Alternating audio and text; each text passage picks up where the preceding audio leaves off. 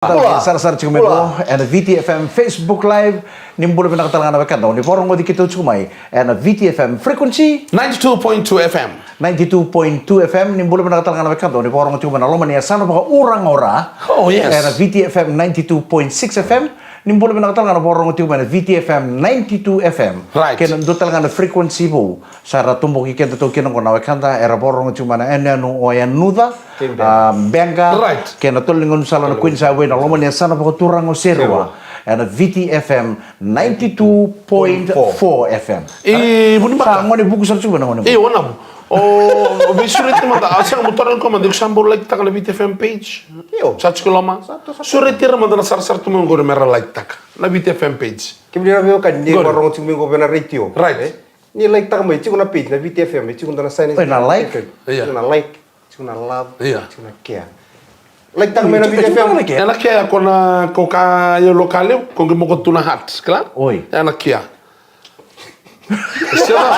Saya tapi guna nomor eh una mona liba au kila na tamba yang bakini bulu satu kina iya kantin mona liba ya umero to do bulu de ke sona kata la mai valor to ngani tai ing matamba ko la ko ke sana ke isa na mona liba na ngano ko tapos sa kay sister do ko na kantor tamang ko may lami chimay ngaw sundor katuni isa libo sa na boso ko rin na isa mo ko tukulo biyo dun santa to na kiss Asa tu na rango bi kundi usingin dunia nangoni konda bakina kisi. Shanghai, Kongo 30 tahun lagi kisah. Igunan kas. Kongo orang tu kau kentu bangkare hotel buru-buru kau sahel. Sadam. Au sahel buki talam mutia por.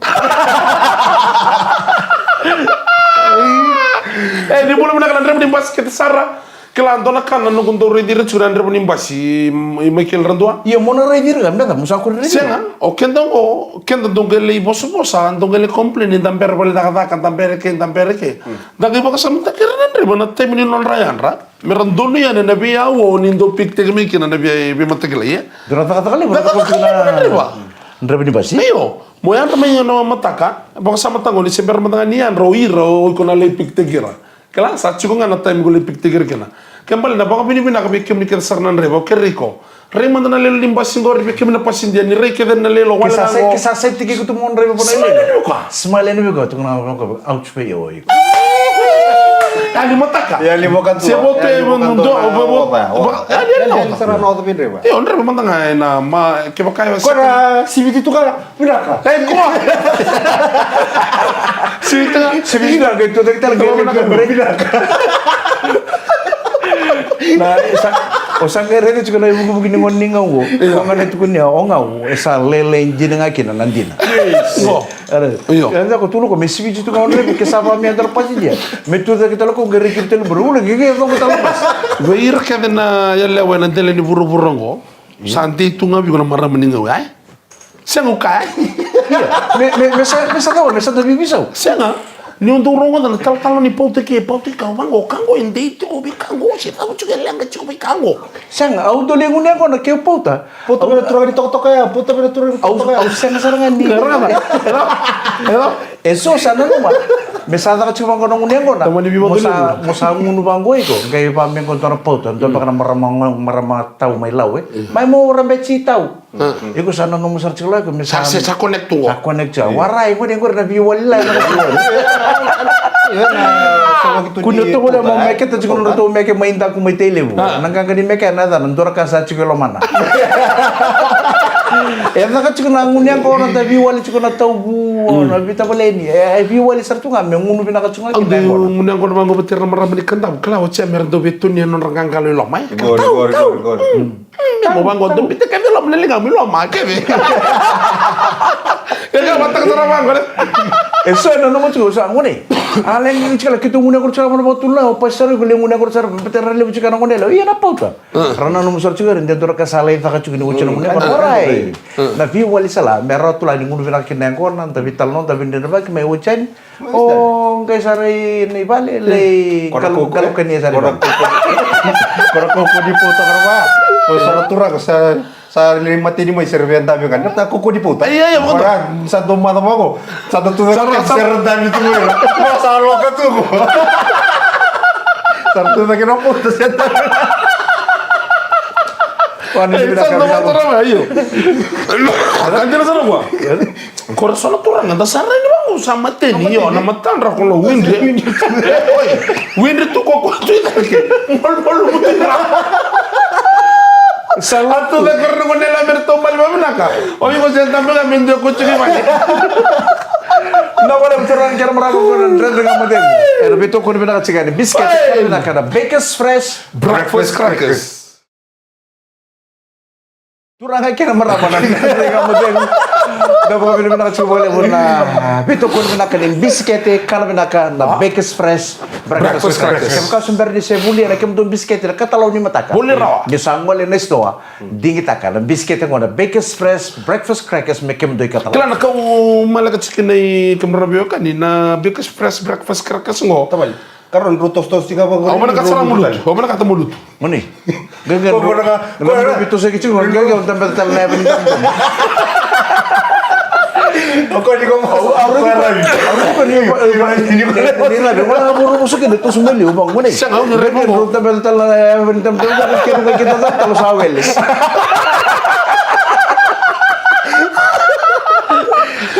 Ganlan, akal ikan ambulance. Siya talin ro na dalam dora kay. Lantam serangan nak ko sa alam ko tigaw na ambulance. Yun na mo bito ko na. Sa ngulit ako. Ang ngulit ako serangan min ko sa ri baka punan na pili le. Ako baka pinipin nakakina matin tu veli taki. Baka pinipin nakatalsik akin na veli taki. Ratam taka ni bula. E nonton pa nuwa. Ni sana pa raw tumbu chuko na ken reisaw na nasi. Iyo. E na ikarusang po kapa ni singa ni bulongo okusita. Sanjit na nonra. Dora ka non ratangi te chuko na maramanasi na meal allowance na overtime pay allocation me tumbu. Iya sawa bukan ditaka o Dr. Fong na permanent secretary for health ni sana pa tumburi chuko na ken reisaw na nasi. E na ikarusang bulu kapa ni singa ni bulo okusita. Ay sa nasi Sa nga. pinakasarangan to na nasi me dulayaw man. Itu ya. Dona nasi ni mun tigaw dos. Mikael ang galumbo. Koto ba ibe? Baba kulibong ko. Ay anay ka rosang bulu kapa ni singa ni bulongo okusita sana tumbuchu kinan na ken reisaw. As Oka kina na meal allowance do sulbeira na overtime pay allocation do sulbeira nasi sana tumbuda ke okala ni rasa maro tak sarap kala na maramanasi kay ko maramanasi ponto chiko lo mani basi na kami kuwa sa suku chiko na job sa warong kay chiko rival nasi au bedula Iya. Iya kasi nga iko tuda ka nga bakit ba nga lutul man bas gor tuda ke merkita la ke poka mi kilan din ko nasi. Tuda nga. Oh yeah! Hooray! Iyo Marota kalo. Ngo sana kita tanggar-gar nga ubat tambir na nasi ngo. Uy. Kala iliw ni ubat tambir. satu kudu sa ta tangger-ger Nangon ni. Ako tanggar-gar nangon ni bayar nasi ya. Isa bina boleh bina bingkarabi kem na marama nasi. Ana bi boleh bolok ke sa don itapi le bunin to pador to kem. Iya, dina sarai ko auche. Kona itabi aku tutur me binta bingkarabi kino kita mai pale bir na wekan der to mati. Rang sa mai bingkarabi kino ramanas. Tapi suta non rinta puntabu. Rabaka sabat bina non ramapuar, vandrits takar, solidula. Soe sasang sarang di bina katulon ritu pakini pular santa putunin tam tabara. Bingkarabi tu kina nasi. Ena singa kenam bongi. Sa tawra nang ngonong konan dere kamu teng me baka bina kategi kemuni keta na maraman nasi kete. Right. Oni bingkarabi tu enan non tapi palimbula. Awa karotong ko tulli bad don marama nasi. Wait. Iya, marama ni. Pwede ka kami. Kabe bengau ka. Iya. Mama siguro kaya panganteng ka ni. Ronaldo. Au sangai reda rongo to bodo ni ron sa fong Ronaldo. Wei sana fong to iko tiken to maramana. So o kambi bibi kamu. Karu kambi biruwa. Iyo gaya ko nang gay irto singi talitakan na wekan na me kerubitan no kar maram ko. Maram bulu-bulu pina maram ni law. Iyo. Ko ako kan to mata chicken virto lalango rosena. No ya unton to mutuli wilaw. Dina ni to matan to kanu ga tin ni kendaru kalolo. True story saranga. True story da saranga. Dina inu ga kendaru lolo, kendaru na londa ro bula-bula. Kor ko bango. Kor bebe seru to bango. Wow, tamani lolo iloma. Iya, ngai ko to maramana. Iyo sangai ya kan no sangai la kono tu sangai kiri no tano no sandambe un tambo nasi. O sali ato sa nono tu. Iyo sali muli kere muli barita kana me kere. O sali parita ka berto naloma. Iyo. Non detto kami sa ne morita mikir usado ka. Me kero sa. O sali parita ka berto. Sabango mo na ta. Iko bida no speed limit about 60 kilometers per hour. O sali parita ka berto na bubale ni mramanasi. Ni sabi na ka tumotong kay nono brado.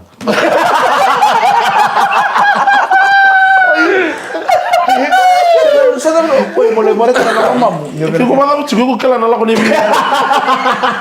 Iko kala na lako ni barita kini nda sabi tol no. Oi, oi. Tal muli ben ka tol.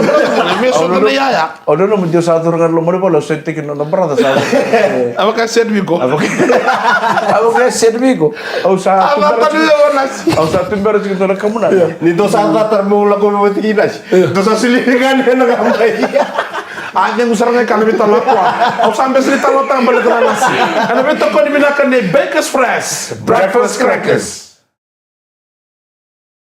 Tulis mo gabi maramanas. Awa, saro to sa musaro na lo ni bora dabot tigo talabi bravo. Oy, sa tuloy ko lumani pala bi maramanas. Sa Sa kay tuna ngi pamatali mo. Sa kay pamatali mo. Pela, tukuna na tuku din. Bate urong ka ni talogor. Tukun na longo. Iko koten na ko na muli tukuna bi ko. Wi tamay nasi. Kere tamay nasi. Do sambesta ka mo sa vital lobot kinumdongan net. To solita tangan nga boy. ya, tulis mo ko metal mo mata pawina. Iyo, Sa tuloy lumani pala binas. sa manitan borre una yang gonna sa baturang sa katiko buwan wani turangan na sa tabutsar no to bonua. Dore da sakan na bio kan do sakan na yang gonna na iseu sala bina kem do serau. Iyo. Me bakanga ni serau ni Kongo. Siya nga ko na lo sigo. Iyo. Dore sa naturang sa balang na bitala no sa me bakan data kami me sema na bio kani, sema na kanandra, sema na atulau kana sana le bomba. Meta sana dari bukan kini dono ngone me sana black and white. Warna mo lang. Au kera saka. Safari de toten. Wari de tumo mata. Gomo mo le bore ta chukin do sabi tal no chukin maro. Na ngona sai bar tek saka chunga di keru sabi tal no chuke nom do ngone le usare de sati go dun ruwa malo bari biau. O ta podi teman. O teman. Are dia lewa re biau. Abango Ala ko tu me bia ngone lolo. Iyo, abango ko iba sama. Isa, sama karibu tu tak chunga una lol katun gon Shrek and Fiona. Saya kena Beauty and the Beast. Au sangi ker sangi di ngomong ka ai sa di ngomong no musib se wo ker mo bosot. Na ngonde lewa ro vital no chingor ke to sa vital no boka bio kani boka bu pale ker sa vital no boka bio peni. Vitamani. Ni ko sa namba kero sa ulkan do sa rame sa nangai rauni boitau. Sangi no suka mo. Yan ang ano kung rubital no chikin ko sangi magbibigay sa kuna niya. Kero sangi amba kitchen ka di waroro chiko. Sangi kako me wara kami amba kero sa ulkan do. So from 1920-21 within those 3 years au sa mate talira. Bate ni sa pambera na marama ni lo. Kekla marama tau se tobata. Kaba kai ko ba kai yo ya. Ono ba ka ota kilau me kai mbake der. Sige, nando na mo ni breed mo na kana on me kita. Wala kini kul niya to ko out sa lolo. Iyo. Kay ang sekabulo bina ko kurang maram nila we. Iyo ena ribna kasar black and white. So black and white day mo lang. Woi, sebab ber tu ko lo betul nembak ya sar tu ko so bitong. Iyo balat ya uno sindor ni yalo mal mo patient eh. No ya utal nga ubia. Ha? Yes. Ya na lon na bleki pa kon tutol. Da boy mawi.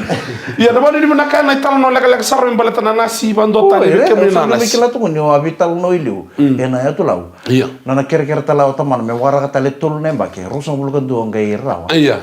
Sarin per sarabi. Siya nga usando roko vir sarangan na itumbutumbar watu ba nangon ko sa hardly wisi eh. Me nangonela me sa bagros Hedli, mesamba grosso vulkan do sarra mer sangai boy tau se baga wat sandan den resana. Ya na ito on dina baga biti be kemuri na chingor na turanga tama na nana. Onindo boso chigo bi ralu be muni ke to babini be na chigo ni sende chigo na bital no. Me amba grosso vulkan do. Sing baka na bital no no la ko na bunuai ngo bunuai. Si, bili ko. Au kagay. Ah? Kono nagay baya o tamay kono maram nilaw ya. Sa wara kasar mga bagros ng vulkan dua. Nagay raw. Ngono ko setor dito. Ino kango. brother ni kon na ngonele. Kasi 22. Apa matando chikubi ko na brother. Ngono na kako. Setua wato. Setor tu motor na. Nugoro. Ya, no kay vital no tali ni sa ako ngay. Sa sabi ang bagibito. Bendo na ba Kada ba yung sabu kay Dio to ka? 69 years old. Ngono ko karo sa bitara tartungan na mo na libo-liba. Oops, usa ciao chinenda bar. Karo sa sing bitara tartu. Ko Karo sa sa ang bagibito ko. Ngo sabi ang bakitul sa bul katul. Betul sa. Karo bagibat sing ayo. Ngo sabi ang karab sing na CWM hospital gor. Wala kanu sa batang no ka. Uy, kung una kung do solo ko na ucho ko na si. Kung do mo sige mo ibig. Kung do mo. Pero boleh mo sige le. O ko here do sige ko sa tombal de ko kay mo road. Oy, ang chile gori. Ha, amen ko ko. Liwa ko. Ay na por karmu ko na mamun nang tamay to. Torna ke gelo na mo. Nada mo dem. Na VTFM na beto ko na ka biscuit karne na Bakers Fresh. Breakfast crack. Ngo sa tsara nung barte go kada do may tombuye. Ni sa pulo na katali na borong timay na nakalikuan na rin nga mo dem. Kero pina kata chik me uchi na rin nga mo dem mo. Mona Me gungu pujio ko na buta. Kero pina kata chik me uchi na rin nga mo dem na kabini ko mo sa tom. Sini tom wala nga mo tom mama. Hindi na kata kibiyaw, may bulang ang Big Express. Ya, total na ito tu weekend na kami nakalikuan na weekend na ito kay ni Lori. Ndrabi ni bus sa nga borong chumengo, sora pa mo to kachiko. Ndrabi ni minibus na Lori ta mga pakatiti ka chumengo kami nakalikuan. Na isaw ni wayway sa tumbudak. Ya, ronga to. Fuel prices sa tumbudak. Kay kung mga ta na premix sa tumbu may na $5.5 na sende. Sa tumbu kina $2.64. Kaya pala bale tumbu na tinika na sende. Na way ko na diesel sa tumbu kina $2.12 kabito na sende. Do kina sa tuwilu $2.22 per liter sa tumbu da kina $2.37. Tumbu chiko na tinika 5 na sende. Na karasini sa sakali tumbu sa luto na kini sa. Yes, karsini, yes. Luto nga na nduang na sende. Kini sa tuwilu $1.81 a liter. $1.81 a liter. Ngo sa tos sobre kini sa $1.80. Right. Karsin ya? Karsin. Kaya kakali boleh karsin sa luto na kini sa mananduan na sende $1.81 na kini sa wiliu. Sa luto sa bukina $1.80. Luto nga na 1 cent. Luto ka na 1 cent. Buka nga sa rata. Iya, sa ada yang orang pinaka so na. Masukatan man na itugutuko. Kung itugutuka, menta sa leustale na iya, buka sa nakarsin na ngono gue. O irtu na nung tutong kasi rando mga sangka tu dona ka ngole to boleh mande balik. Kaya kem do mga sangka cukup mana na stop. Karsin. To boleh ni ko sa mga sangka na kem do ka kanan jinan singa tamu go. Mga sangka mata parang buka. Okay. Orang gay to boleh ni do tadi na kana ni kakana sangka parang buka. Do tadi na kana ni kakana sangka cukup na karsin ni sena stop ges. Sanjana. Sa ngono bina kami kaya pakai cukup gori mai bale so na cikini kapa rapapa ni tu na ruku ni bale mai bale. Udu na mai tangane. Pangkarason tikini kau barang gore bakoto bata. Taka bikin dalam tu balik kuro lelai ena to. Bebuke. Ya nam dia sini paling gore bal. Iyo. So na kakanan jina. Sangka cukup na buku. Sakaku di kakana kita nga. Le boleh mana karsini sama dar karsini. Kira tak kira bau. Kaya mana ortu non tu kasili ortu warinendre bau. Ortu warin do tu bengalo di karsini ortu non tu kasili. Dina sarkan jina. Kena ngau nunggu menta tu sa pangkaran buka. Me muslim buka. Merah di bawah kata kina, nak kena pakai sangkar cuma kakak nama iban. Oke makasa don nunggu motoka, me baka ngur satu motoka cuna wewe ni motoka ya ke baka mumbimbi menu tahun. Oke baka umbiar boleh job bosan excuse tanga batan nunggu wewe. Karena tahu nunggu speed limit menu tahun ni ke 5 kilometers per hour. 5 kilometers per hour ke sahu cepulang. Ano bimbi me kana rona mategalay muga ke Pina sa nata mo mantanon dan dre kamu tengok nak pina kali ko sa nonton mantanon di talno. Iya mai. Ngon na ngon kla na irna nonta irna tuka delu na ngon na rene ke nonton mate palu libici kor na ipalu mai solomoni. Iya. Na ipalu mai solomoni. Na non rangai join bata tu mate palu libici, mate palu Australia, mate palu Amerika. Rangai ratu bata kan nonton kem. Mix tu nabi talno Na non bali kuro, tamani bali kuro balam. Right. Sa chuka na ngoni katalau time ni ngunci na chini, Iya. time ni bang singile na time ni pakai kabi. Artu sa vital no sar chuka vital no so chini vich. Artu vital no chungo Moses. Iya. O te vita. Raboka. O sakraya. Wata kei Bara. Odi? O Moses o Awa, te mo vita. mo mo tuna ni lako. O Moses Raboka. o te vita. Ikan di bere. Sakraya. Sakaya ngambara. Wata kei chuta. Esa cita siata to lingku. Artu sa vital no artu mertu sangole na valikur le meleta kana katalau. Artu durungai no artu ndo sarna tebel artu tambe tu artu sa ota och artu wara chari kartu katalau me ngola mai. Artu ngai kinta da lortu. Sa duru tu me dai katu mo bangun dono suci kai Amerika. Suci yang lolo. Turkan di balu sarang. Vida batu tu nona kal. Vida batu tu nona kal. Kono ngai turunga mai sa rider tu sarna ngone bich. Oh, hello! Artu yes sarna tu ngone bich. Oh, bula. Oh, when you said bula, that means you guys from Fiji? Yes. Okay, let's know each other before we start our breakfast. And what is your name? This is Moses. My name is Moses. Just call me Moses. Oh, thank you very much, Moses. And you, my friend, what's your name? My name is Devita. Just call me David. Oh, thank you very much. And what's your name? This fellow sitting over here. What's your name? My name is Sakraya in Fiji. Just call me Zach. Oh, yeah. Sa lewo chuko misanga lewo chuta. Sa papa kasama daki chuko chuta pa kasama sum. Or tu keda nalang or tu tunu chuko na dara tu baka Bici babalai. Baka bici babalai. Papa kasama taka taka ko. Odi na dara babalai. Se papa kasama tu ngaba sandu siko eno turun wal. And you my friend, what's your name? Oh, my name is Chuta. Just call me Judy. Tu na kaya marang masala na batala kaya nang ganda kamu temu. Eh kami bina kali ko. Bina boleh bina sema chumai. Dede kamu temu ni beto ko bina kan biskete kar bina kana Baker's Fresh. Breakfast crab. Kota na nung dito ka ni Mike Randua? Mari ko ni bata. Rox no puta al mama. Ni sama de. Ni kalungata ni marau tiko ni mode. Haha.